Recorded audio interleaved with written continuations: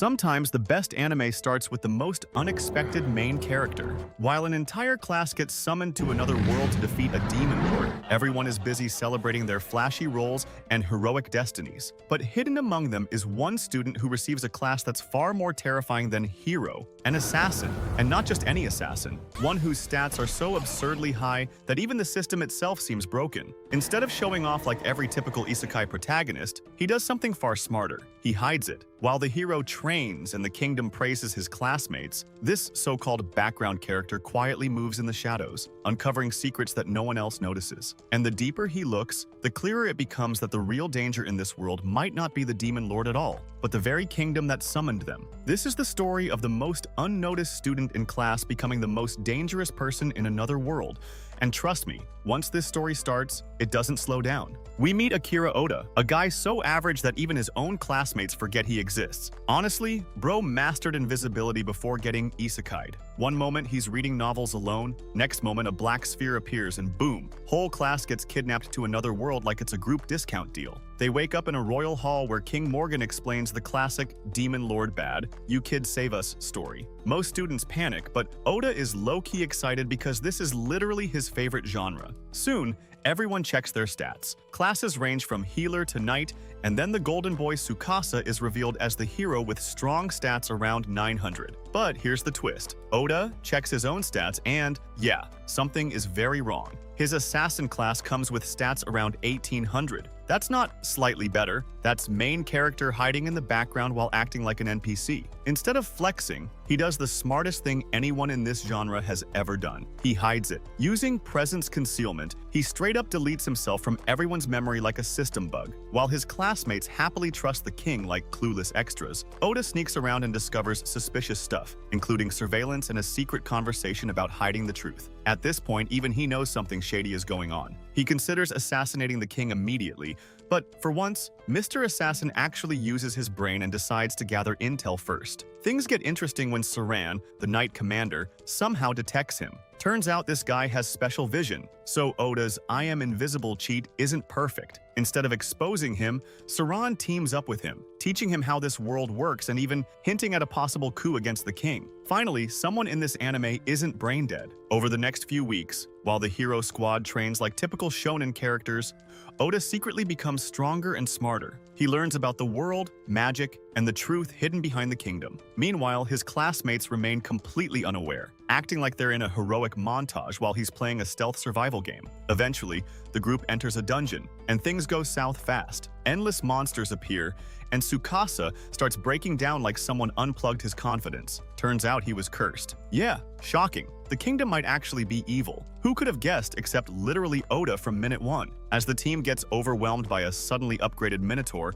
Oda steps in. His attack fails at first, but instead of panicking like the so-called hero, he adapts. With Saran backing him up, he prepares to use his shadow abilities. The fight against the Minotaur reaches its climax as Oda finally unleashes his shadow magic properly. Dark tendrils burst out from the ground like something straight out of a horror movie and pierce the monster from every direction. Before the Minotaur can even process what is happening, Oda drags its entire body into the shadows and devours it, leaving only the head behind. It is an insane display of power, but the problem is our boy has no idea how to control it. The same shadows that saved everyone start going wild, almost consuming him as well. Thankfully, Saran steps in like the only competent adult in this kingdom and helps him calm down before things get worse. After they return to the castle, Saran praises Oda and gives him a special reward, a katana forged by the first hero who was summoned to this world. Basically, this is not just a weapon, it is a piece of history. Oda is surprised because this feels like something the main character hero should get. But Saran explains that Tsukasa already has his holy sword, and also he may or may not have stolen this katana from the royal armory. So yeah, definitely a trustworthy government. Even after all this, Oda cannot relax because Tsukasa is still cursed. The earlier fight revealed it, but the curse was never fully removed. That night, Oda sneaks into the princess's room and catches her in the act,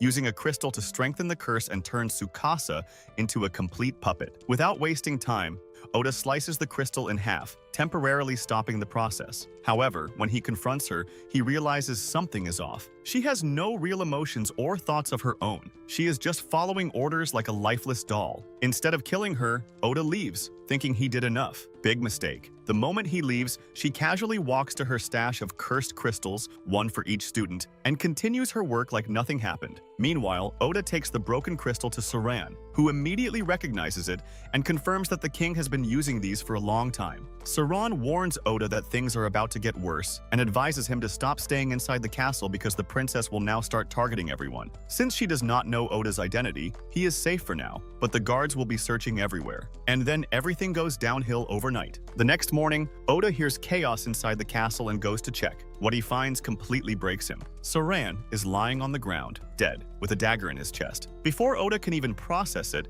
all his classmates suddenly accuse him of being the killer. Apparently, the dagger matches the one he used before. Logic does not matter here, because even though his weapon literally broke in the dungeon, everyone just decides, yeah, it must be him. The real reason is obvious. They are all under the princess's curse. Tsukasa is the only one still thinking straight and tries to defend Oda, but the king shows up and immediately declares Oda a traitor and orders his execution. No investigation, no proof, just straight to death penalty. Very fair kingdom. At that moment, Oda realizes the truth. He has been set up from the start. As the guards move in, Oda activates his concealment skill and disappears, escaping certain death. He quickly finds Jill, who reveals the truth. Saran was assassinated by the king's personal killers, and now Oda is their next target. Saran had anticipated this and prepared supplies for Oda in advance, basically planning for his own death. That hits hard. With no other choice, Oda leaves the kingdom and becomes a fugitive. Meanwhile, the king and princess calmly discuss everything like villains who are way too comfortable. The students have all been cursed and turned into obedient pawns, and now they just need an excuse to start a war. As for Oda, they assume he will not survive long outside. Still, they send elite assassins after him just to be safe. Oda decides to hide in the dungeon, which is basically the worst place imaginable, but also the safest because no one is crazy enough to search there. Down there, survival itself is a challenge. Even with his concealment, monsters can still detect him through smell and sound. As he goes deeper, he encounters a chimera boss. The fight goes horribly wrong as he gets poisoned and badly injured. But in a desperate move, he uses shadow magic again and completely destroys the monster. The problem is, he nearly dies in the process. Interestingly, his shadow ability activates on its own and begins healing him, showing that this power is not just dangerous, it is almost alive. Elsewhere, Tsukasa starts noticing that something is wrong with everyone. Realizing the truth, he decides to leave the kingdom with a few classmates who have somehow broken free from the curse. Turns out Jill secretly helped free them using his own abilities, fulfilling Saran's last wish. Back in the dungeon, Oda wakes up, stronger than before,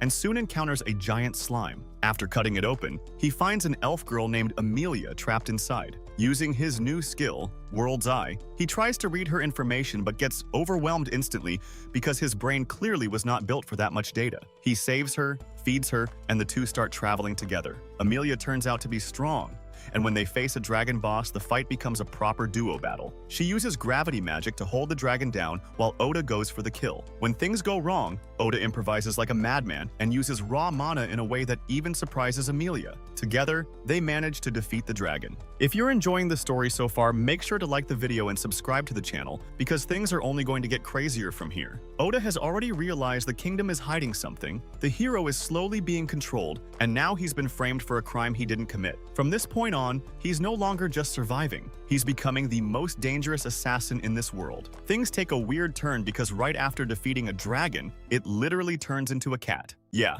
our boy almost died fighting a house pet. Turns out the dragon was just a shapeshifter created by the Demon Lord. Not only can it talk, it has a whole personality and an ego bigger than most villains. The cat complains about losing to a human like Oda, which is ironic because she picked the one guy who casually deletes bosses with shadow magic. She delivers a message from the Demon Lord, inviting Oda to visit, which raises even more red flags. Bro just got isekai'd and already has VIP access to the final boss. Instead of killing her, Oda refuses, partly because he thinks she is not evil, and partly because he has a soft spot for cats. Risking his life for a random demon cat. Truly peak decision-making from our socially awkward assassin. Amelia suggests turning the cat into a familiar, which is extremely risky and requires perfect mana control. If he messes up, Both of them die. Oda, of course, says, "Sounds good," like he has a death wish. He names her Night, starts the ritual, and gets pulled into her soul. There, he witnesses her past destruction, cities burning because of her. Night attacks him, trying to force him to kill her, but instead Oda lets himself get stabbed just to prove he will not harm her. Somehow, this emotional gamble works. Night gives up, accepts him, and the contract is complete. Back in reality, Oda nearly collapses, but the bond is successful. Night pledges loyalty to him, and the dungeon recognizes her no longer as a boss, allowing them to leave. Congratulations, Oda just turned a boss fight into a pet. Meanwhile, Tsukasa and the group reach a Japanese-styled city and start planning their next move. Money is low, information is limited, and half the group still shares one brain cell. Tsukasa suggests becoming adventurers and eventually defeating the Demon Lord to return home. Asahina, however, insists they should wait for Oda, acknowledging he is the strongest. Others doubt Oda would even help them after they literally tried to execute him. Fair point. Back in the dungeon, Amelia shares her tragic past of being betrayed by her own people and nearly killed by her sister. Now homeless and hunted, she sticks with Oda. He relates in his own way, remembering his sister back in Japan and how he worked himself to exhaustion just to make her happy. It is one of the few times we see him act like a normal human instead of a walking stealth mechanic. But then reality hits again. Oda remembers Saran. The one person who actually believed in him was murdered and framed him. That quiet, invisible guy finally has a clear goal now: revenge. They step into a teleportation circle, hoping for something helpful, but instead get thrown straight into the Elven Kingdom. Worst luck possible. Amelia instantly panics because this is literally where she was hunted. And as expected, within seconds, they are spotted. An elf attacks her on sight, calling her a traitor. Oda saves her, knocks the guy out, but that does not matter because more elves show up, including her sister. Yeah, this just went from survival story to family trauma boss fight real quick. Amelia's past is nothing like the calm girl we see now. Back in the Elven Kingdom, she lived peacefully and was loved as the future ruler. She trusted her sister Kalika more than anyone. At least she thought she could. But things slowly changed. The people around her began turning cold, and before she could understand why, Kalika suddenly accused her of a serious crime. No proof, no investigation, just blind belief. Why? Because Amelia was labeled a child of blight, a superstition about twins where one is seen as cursed. Logic disappeared instantly, and Amelia was forced to run for her life. Now, facing Kalika again, Amelia tries to avoid conflict and offers to leave peacefully. Of course, Kalika isn't interested in peace and goes straight for capture mode. Before things escalate, Oda steps in like it's his default setting now. When asked who he is, he casually says he just likes Amelia and won't let anyone mistreat her. Kalika claims Amelia poisoned her and shows a bruise as proof, but Amelia denies it. Then Kalika tries using her mesmerize ability on Oda, thinking she's already won. Unfortunately for her, Oda basically says, "Nice try," and ignores it completely because he's stronger. That confidence shatters her, but she still orders the guards to attack. Right on cue, the king arrives and stops everything. He exposes Kalika's control over the guards and apologizes to Amelia, but then immediately tells Oda to leave because he's human. Priorities, I guess. Oda pushes back, saying Amelia should decide her own future, which leads to a duel. At the sacred tree, Kalika attacks with precise sword strikes, but Oda dodges everything effortlessly without even unsheathing his blade. She powers up with wind magic, making things intense, but Oda still handles it easily. Even then, he notices something strange. Kalika isn't just angry, she's hurting. Oda defeats her and holds his blade to her neck, but instead of surrendering, she breaks down, claiming Amelia took everything from her. Years of jealousy and feeling inferior finally spill out. Then the truth is revealed. The king had sealed Kalika's memories. As a child, she caused a disaster, and believing people died, she broke mentally. In reality, Amelia saved everyone using her power, but Kalika never knew. Once her memories return, everything collapses. She realizes the truth and regrets everything. Amelia, being Amelia, forgives her anyway. A celebration follows, and the king allows Amelia to choose her own path. She decides to leave with Oda. Next destination, the Beast Continent, where things are definitely not going to get easier. Interestingly, his classmates have also decided to head there. The next morning, the Elf King prepares a full escort to guide Oda and Amelia safely to the edge of the kingdom. Oda feels it is unnecessary, but the king explains that kidnappings have been happening near the coast, so he would rather not take any risks. He even offers to personally escort them, but Oda refuses and settles for traveling by carriage. During the ride, Oda asks Knight why she stayed quiet during all the elf drama when she clearly had the power to interfere. Knight explains that she did not want to reveal she is a demon, since that would only make things worse. Not everyone is as accepting as Oda. She also confirms that the Demon Lord can still see and hear through her, but he no longer controls her actions. Oda notes that he might end up fighting the Demon Lord someday, but Emilia feels the opposite. She thinks the Demon Lord is actually interested in Oda, maybe even wants to befriend him. Knight agrees, especially after seeing Oda use shadow magic so effectively. Their talk is interrupted when Oda senses danger ahead. He stops the carriage and the driver confirms that bandits are blocking the road with an elf hostage. The bandits threaten to kill her if they do not obey, so for a moment they play along. The bandits order them to tie themselves up, feeling confident they are in control. Unfortunately for them, they picked the wrong guy. Oda activates his presence concealment and vanishes from sight. In seconds, he takes down every bandit without them even realizing what happened. No flashy moves, just clean and efficient takedowns. He then tells the driver to tie them up using their own ropes. During this, they learn about a man named Lord Graham Cluster, a noble connected to the bandits. Oda keeps that name in mind. He sends the driver back with the captured bandits while he, Emilia, and Knight continue on foot. Soon after, they board a ship heading to the Beast Continent. Oda plans to get stronger, gather better gear, and continue leveling up so he can eventually avenge Saran. Emilia is surprised he still wants to grow stronger when he is already overpowered, but Oda is not the type to relax. The ship journey is peaceful, but not for Emilia. She tries to enjoy the moment and even talks about watching the sunset with Oda, but he is completely absorbed in a book her father gave him. He ignores her the entire trip, leaving her quietly annoyed. Bro really chose reading over a free sunset moment. Respect, but also zero awareness. When they arrive, things immediately feel off. Humans are treated like low-class workers, and the atmosphere is tense. A group of beastmen confronts Oda and tells him to leave Emilia behind. Instead of fighting, Oda uses shadow magic to blind them and walks past. He avoids unnecessary trouble, which is rare for someone this strong. As they enter the city, people begin staring at Knight. She explains that cats are feared here due to past events, which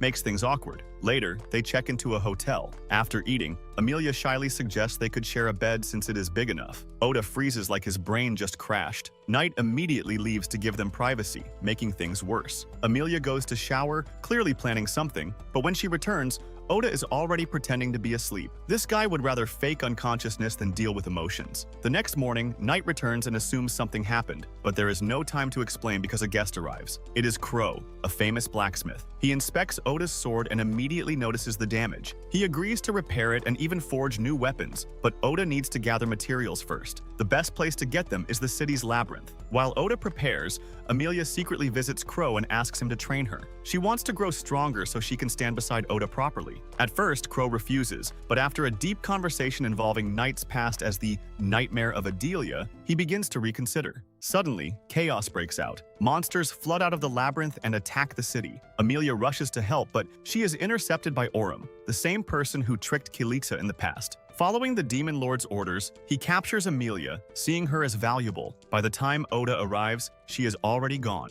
With no time to think, Oda unleashes his shadow magic without holding back. The darkness consumes every monster in sight, wiping them out instantly. But the strain is too much, and after saving the city, Oda collapses. After collapsing, his mysterious system kicks in, wrapping him in shadows and forcing a full recovery. When he wakes up, he finds himself in Crow's house, confused and annoyed that he was out for more than a full day. Knight explains that his mana was completely drained, and somehow his shadow power auto-healed him. Even she doesn't understand it, and for once, Oda has no clue either. But instead of thinking it through like a normal person, Oda instantly goes into rescue Emilia or die trying mode. Crow stops him and basically calls him out for acting like an emotional NPC. Then he casually reveals that Oda's weapons are already repaired and sitting right there. Yeah, Oda didn't even notice them. Peak awareness. Crow upgraded his gear too, turning his sword into dual blades and even giving him a special ring that guides him to whatever he desires. When Oda focuses on Emilia, the ring points straight toward the labyrinth, confirming she's still inside. No time wasted, he grabs his gear and heads out with Knight. Meanwhile, inside the labyrinth, Emilia is captured by Orum, a third-rate demon who's clearly enjoying himself a little too much. He tries controlling her with magic but fails, though he still immobilizes her. He casually reveals he's waiting for backup to teleport her away and seems weirdly excited to show her Oda's dead body later. Yeah, this guy is not right in the head. Back at the entrance, Oda is about to rush in when a girl named Leah stops him. He immediately grabs her by the throat because trust issues are at max level now. Turns out she's a princess with a tracking skill and actually came to help. After confirming she's telling the truth, Oda decides to bring her along. Leah drops a huge truth bomb. The hero summoning wasn't some noble act. People from different races, including her entire family, were sacrificed to make it happen. Oda finally connects the dots and realizes the king's whole story is a lie. Now it's not just rescue Emilia, it's also revenge brewing in the background. Inside the labyrinth, Knight takes the lead, going full beast mode while Oda keeps her in check through their mental link. They push through floors fast and eventually reach Emilia. The moment Oda arrives, he doesn't waste time and goes straight for Aurum. The fight starts rough. Aurum is stronger and treats Oda like a punching bag at first, but Oda pulls out shadow beasts using blood on the ground, catching Aurum off guard and turning the fight around. With Leah's support, they finally bring Aurum down. And then Oda does the most Oda thing possible. He hesitates. Instead of finishing the job, he freezes because Aurum looks human. That 1 second of hesitation costs everything, because right then the real problem shows up. Aurum's boss arrives, and now Oda, who barely survived a third-rate demon, has to face someone even stronger. Yeah, this is about to go very bad. Knight immediately warning Oda to not fight the new demon head-on, because yeah, this guy is way out of his league, and she is not exaggerating. The moment the demon shows up, he casually tosses Aurum aside like trash and breaks Leia's barrier like it was made of paper. Leia tries to recover, but Oda stops her since she would just get folded instantly. The demon focuses on Emilia, slamming her into a wall and leaving her unable to move. Oda is furious, but for once, he actually uses his brain and realizes he cannot win this fight. So he starts thinking about escaping. Too bad the demon reads him like an open book and seals all exits, forcing Oda into a fight he really does not want. Then things get weird. The demon starts asking Oda about his name in Japanese, and yeah,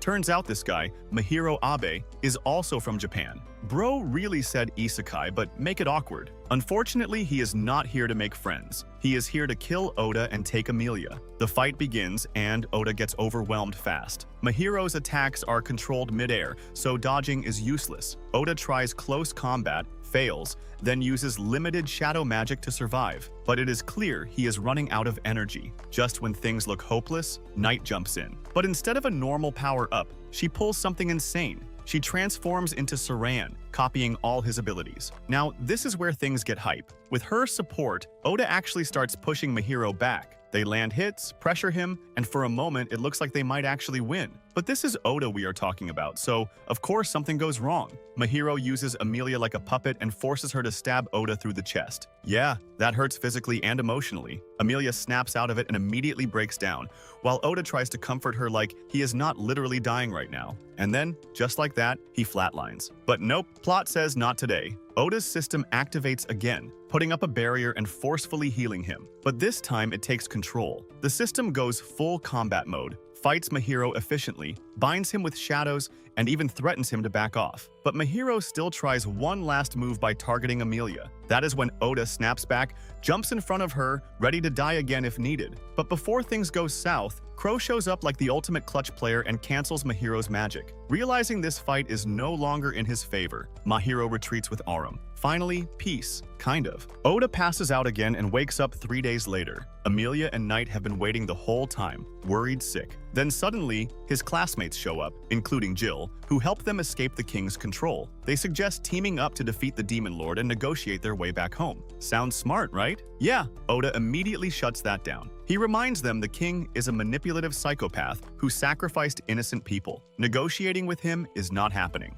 Instead, Oda plans to use the demons themselves to find a way back. Also, revenge is still very much on his checklist. Later, Emilia struggles with the thought of losing Oda someday. She admits something dark. For a moment, she felt happy when she heard him because if he died by her hands, he would never leave her. Yeah, that got deep real quick. Oda does not run away from that. Instead, he confesses. Since he does not have a ring, he cuts one into his finger and proposes in his own savage way. Emilia does the same, accepts, and promises to stay with him. And just like that, in the middle of all this chaos, these two finally become a couple. Sunrise hits, and they kiss. Back at the house, Oda's classmates start thinking about how they can prove themselves to him. One of them brings up a rumor about people disappearing in a nearby city during a festival. Apparently, every winner of the event goes missing, and there are talks about them being sold on the black market. They decide that if they solve this case, Oda might finally take them seriously. Instead of telling him the truth, they simply say they want to visit the city of Mori for the festival. Emilia gets excited right away, especially after hearing there is a beauty contest. Of course, she wants to join. When they arrive, they head straight to the registration booth. There, they find a girl arguing with the staff. She introduces herself as Lottie and explains she is being rejected just because she is a demon. Oda is surprised since she does not act like the dangerous demons they have faced before. Amelia quickly steps in, clearly not happy with how close Lottie is standing to Oda. She signs herself up and makes it clear that Oda is not allowed to mess around with other girls. Oda denies everything, while Lottie apologizes, saying she is just naturally friendly. Oda feels the situation is unfair, so he offers to take responsibility for Lottie. The staff agrees, and she is finally allowed to join. Lottie is extremely happy and thanks him. Things get a bit awkward when Lottie notices Knight. It turns out they already know each other. Knight looks slightly uncomfortable but avoids explaining too much. Since they still have time, Lottie invites Oda and Amelia to explore the festival. She easily attracts attention with her outgoing personality, hosting autograph and handshake events like she is already a celebrity. Oda finds it strange, but Knight says she has always been like this. Then Oda suddenly gets recognized. People start calling him the Silent Assassin. He has no idea what is going on, but Crow explains that his previous fights made him famous. Crow also gives him his updated guild badge. He is now yellow rank, even though he has no idea how the ranking system works. Later, the beauty contest begins. Many contestants perform well, but the moment Amelia steps on stage, she completely steals the spotlight. Oda cannot take his eyes off her. Then Lottie takes the stage. She sets up magic stones and creates an impressive light show. The crowd goes wild, and in the end, she ties with Amelia for first place. After the contest, they talk outside. Lottie seems a bit disappointed but stays positive. Then Knight reveals something shocking. Lottie is the daughter of the Demon Lord. Everyone is stunned, but Lottie casually shows her stats, which are insanely high. Despite that, she chooses not to stay with them at the inn since she knows people would feel uncomfortable. At the inn, things calm down. Tsukasa casually reveals that he also joined a contest and won first place in the men's division. Somehow, this guy is treating everything like a side mission. That night, Amelia sees that Oda is exhausted, so she forces him to sleep using magic. Before leaving, she talks to Crow and warns him not to pressure Oda. Crow says he is not forcing anything, but sooner or later, Oda will have to make difficult choices. The next morning, Oda is still asleep. Meanwhile, his classmates prepare for a fight, expecting the traffickers to attack during the ceremony. They are actually glad Oda is not there, since he would probably handle everything himself. Their plan quickly falls apart when they walk straight into an abandoned building without questioning anything. A group of masked men appears and demands Amelia come with them. She refuses, and they attack. Amelia easily defeats them using gravity magic, pinning them to the ground instantly. One of the attackers reveals that Graham has been kidnapping contest winners and selling them. Amelia gets furious and is about to kill him, but Lottie stops her. She says that even though they are criminals, they might just be following orders. Unless it is absolutely necessary, she does not want anyone to die. And just like that, things become complicated again. Oda finally sits down with Jill and asks how he knows Crow. Jill explains that long ago, Crow used to train disciples, and one of them was his mother. She couldn't handle the brutal training and eventually lost her sanity. With no one else left, Crow took Jill in. Surprisingly, Jill doesn't blame him. It was his mother's choice, and despite everything, Crow has helped many people since then, including Oda. Then Jill drops something serious. He knows about Crow's request and warns Oda not to take too long deciding. Crow might look fine, but he doesn't have much time left. That hits harder than expected. Right after that, Knight returns with important intel. She found a surveillance device planted under Graham's orders meant to track beauty contest winners, including Amelia. At this point, Oda realizes this is no longer something he can ignore. Graham has crossed the line completely. Later, everyone gathers at the inn. Oda calls Amelia, Asahina, Tsukasa, and Crow for a discussion. Asahina gets excited, thinking Oda might rejoin them, but Oda first asks if they entered the contest because they suspected the winners were targets. Tsukasa admits it. Still, Amelia ended up handling everything alone. Oda tells them they never needed to prove anything. He already knows their strength. But before anything else, he has one goal. He will make sure Graham can never target Amelia again. Crow seems satisfied and reveals Graham is currently in Uruk City as the guild master. Then he reminds Oda of the deal. If he accepts the assassination, Crow will guide him through the demon continent, which is basically a survival cheat code. Plans are made. Tsukasa and the others will head ahead and wait. After an awkward moment involving Crow's past, they change the meeting point and move forward. That evening, Amelia speaks to Crow privately. She tells him to stop pressuring Oda, but Crow brushes it off. so she makes her own request. She asks him to train her. At first, he refuses, but her determination convinces him. A few days later, Amelia is already struggling. The training is brutal, and the technique involves understanding an ancient language that can literally break your mind. Meanwhile, Oda watches, clearly worried but unable to help. Oda also learns more about Crow. Due to unusual circumstances, he has lived far longer than normal and is simply tired of life. The only thing keeping him going is revenge. Eventually, they reach Uruk. After settling in, Oda takes Amelia out like a rare normal human being and tells her to enjoy herself. At the castle, the king asks Oda to assassinate Graham. Oda refuses, not because he disagrees, but because he refuses to be controlled. A knight challenges him, and Oda casually defeats him without even trying. Later, Amelia struggles with the idea that she will outlive Oda and says she would rather die with him, leaving Oda completely confused. Back at the hotel, Crow drops a final bomb. Saran wasn't just killed randomly. The assassins who killed him were connected to Graham. So now, for Oda, this isn't just about protecting Amelia anymore. It's personal. Amelia isn't even surprised when Graham's name comes up. She already suspected his involvement. Crow, however, is more interested in why she kept that from Oda. Instead of answering, Amelia shifts the topic to Crow's request for Oda to kill Graham. Crow calmly explains that Oda is free to refuse, but that also means losing his guidance for the demon continent and ignoring everything he has already done for them. In simple terms, it's a quiet reminder that they owe him. Amelia understands the situation, but she doesn't want Oda forced into something that clashes with his morals. Oda steps in and makes it clear this is his choice. If Graham is responsible for Saran's death and is now targeting Amelia, then eliminating him is reasonable. Crow adds more pressure by explaining Graham's operations. He uses a dangerous drug that unlocks potential but turns people into puppets, and he's even supplying demons. Waiting only makes him stronger. For once, Oda decides not to rush and takes time to think. The next morning, Leia arrives to apologize for her father trying to use Oda as a tool. Oda brushes it off, but Crow quickly sees through the king's plan. If Graham is exposed, the royal family looks bad. If they fail to stop him, they look weak. So they push the responsibility onto Oda and hope it works out. Leia offers to guide them around the city again. During the outing, Amelia quickly notices Leia acting unusually cheerful around Crow and suggests splitting up. Later, she explains to Oda that Leia clearly has feelings for him. Oda finds that awkward, but Amelia reminds him that long lifespans make relationships complicated. However, Amelia's real reason for separating is more serious. She tells Oda he doesn't have to accept Crow's request. They can find another way. Killing someone is not something to take lightly, even if that person is evil. Meanwhile, Lottie continues following Knight around like a tourist with no plan. At a small inn, she gathers information and learns Graham is involved in suspicious transport jobs. No one knows what he's actually moving, which only makes things more concerning. Oda admits he already wanted revenge for Saran even before meeting Amelia, and now protecting her adds another reason. But it's not just revenge. He also feels responsible for Crow, who has spent years carrying guilt. Elsewhere, Crow takes Leia to a quiet field of red flowers. The moment feels peaceful, but Crow shuts it down by saying he gave up on happiness long ago. He chose revenge and he's sticking to it. Later, Oda reflects on his past, his sick mother, his distant father,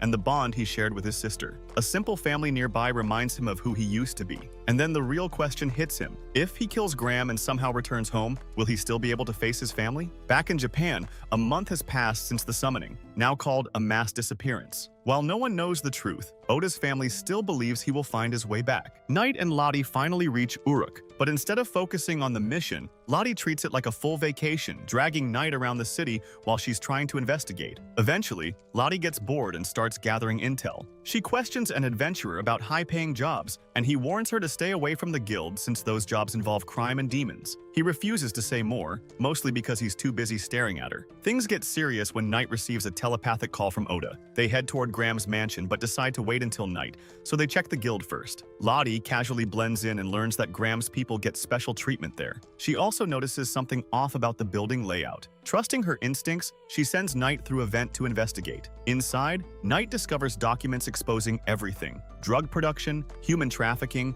and secret dealings with the Kingdom of Redis. They rush back to Oda with the evidence. While it confirms Graham is dangerous, Oda feels it was too easy and Crow agrees it might be a trap. Meanwhile, Graham reveals he planted those documents to expose a traitor, then casually has him killed. Back at the hotel, Crow explains the bigger threat. The King of Redis plans to start a war to gather enough deaths for a forbidden resurrection spell. Oda destroys the documents to stop it, but Crow warns it won't change anything. War is still coming, and and Oda's classmates could be sent to die. Trying to clear his mind, Oda heads to a bookstore, but even that fails when a thief steals his bag. Knight quickly recovers it and lightly roasts him for being distracted. Later, Oda admits he's struggling with the idea of killing. Knight reminds him that survival comes first, but warns that killing slowly erodes your emotions. In the end, Oda decides not to rush. He'll confirm whether Graham truly deserves to die. They return to the guild. Lottie stays outside while Oda and Knight go in. A staff member suddenly attacks, but Oda handles him easily. A woman in a wheelchair calms the situation.